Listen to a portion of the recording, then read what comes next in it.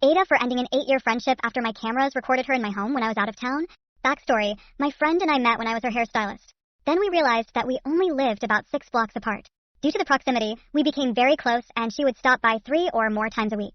We enjoyed a lot of the same crafts and we had a mutual love of plants, so we often worked together in my yard or hung out by my fire pit. She had a lot of constant personal relationship crisis, which I always pointed out that she brought on herself, and it became more and more exhausting to spend time with her. Consequently, I slowly tried to limit our time together, although I did care about her and knew she didn't have many other friends. Okay, so I went out of town to visit my daughter at college, but before I left I installed the new security system that I had received. It didn't really occur to me to mention it to anyone. When I was with my daughter, I told her about it, and we got on her phone so I could teach her how to watch the cameras at home also. We have 2 cats and she wanted to be able to see them and interact with them. I was showing her how to see the clips from the motions detected earlier in the day. It was nighttime so the house was dark, in which case the camera lights are on for detection. In a clip from 2 hours earlier, I noticed my friend walking through my house with the flashlight of her phone. She was inspecting every drawer, cupboard, and nook and cranny. My daughter and I were in shock. I texted her immediately. I asked her if she was at my house today, and she replied that she had been in the backyard picking up sticks, apparently for a fire pit she intended to have at her home that evening. Again, I asked her if she had been in the house. She responded that she had to go into my garage to look for a container.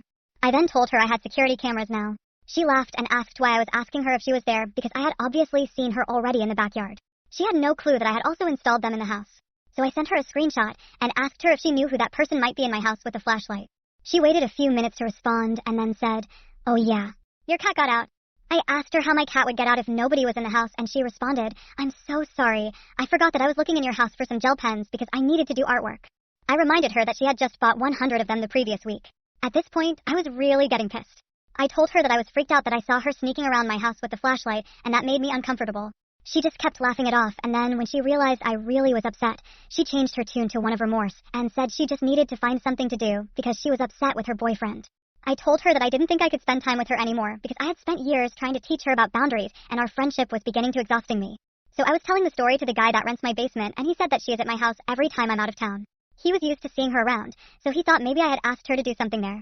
2 weeks later, she texted and needed relationship advice and acted like since we were so close, it should not be a big deal. I told her what my basement renter said. I was super angry at this point.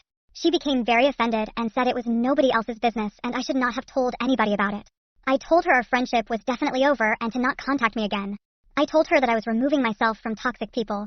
Later, I was talking to one of my other clients about it, and they kind of made me feel that I was not a very good friend because I needed to have a talk with her and forgive her. They said that people make mistakes, I need to be forgiven, and she should get another chance. Since she was exhausting me anyway, I just can't bring myself to want to have anything to do with her.